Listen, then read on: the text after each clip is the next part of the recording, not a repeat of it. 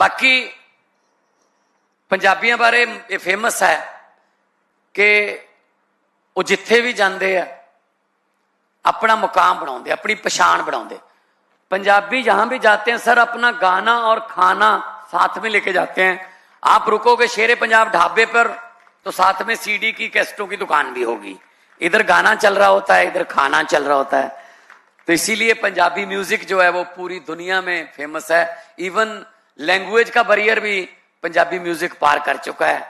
चाहे स्पेन में चले जाओ, चाहे आप यूक्रेन में चले जाओ, चाहे किसी भी देश में चले जाओ, उनकी लैंग्वेज जो मर्जी हो, लेकिन कोई ना कोई तो पार्टी में पंजाबी गाना चलता ही चलता है। तो पंजाबी जिंदा दिल हैं। और पंजाबी जो हैं वो पहली बात तो आप यहां पर ऐसे ऐसे बातें भी पंजाबियों के बारे में फेमस हैं कि जाते भी वहां जहां कोई और जाता ही नहीं, वहां आपको पंजाबी मिल जाएगा।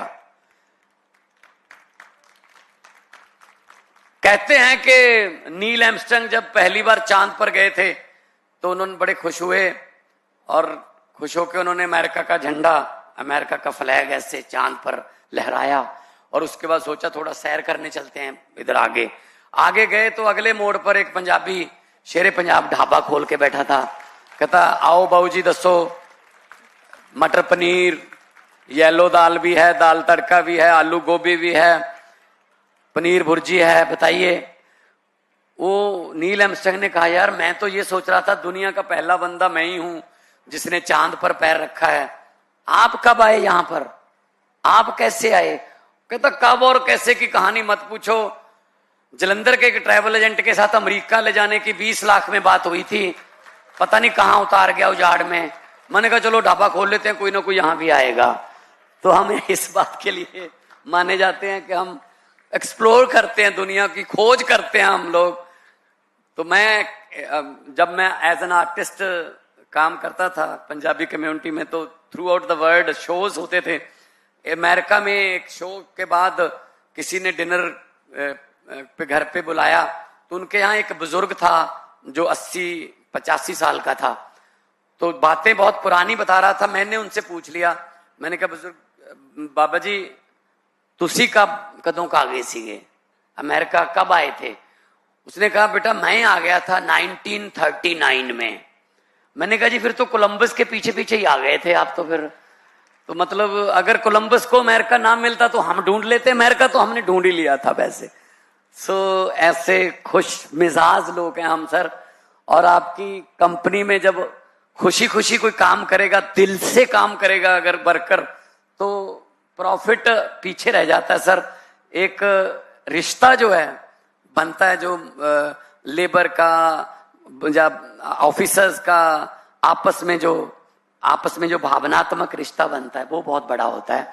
तो ऐसे काम के लिए आपने राइट जगह चुनी है सर। 10 मिनट का रास्ता है एयरपोर्ट से।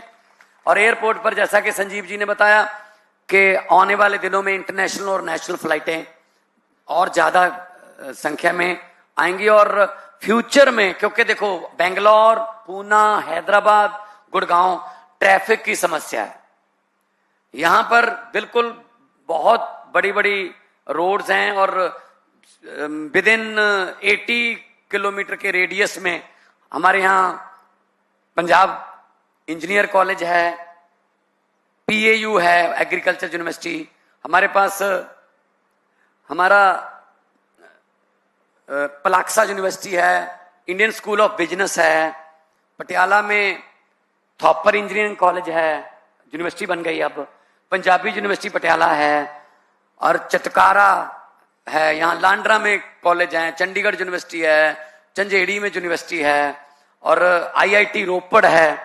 तो ये 80 किलोमीटर के रेडियस में है सब कुछ।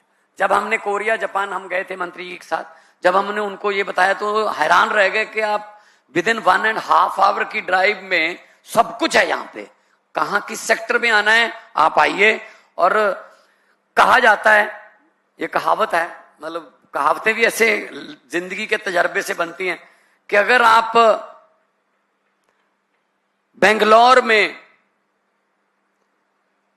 और अगर आप रशिया में, रशिया बेंगलोर के कंपैरिजन है, रशिया बहुत बड़ा है एरिया में, अगर आप 20 घंटे लगातार ड्राइव करते हो किसी भी साइड को तो समझो आप रशिया में ही हो,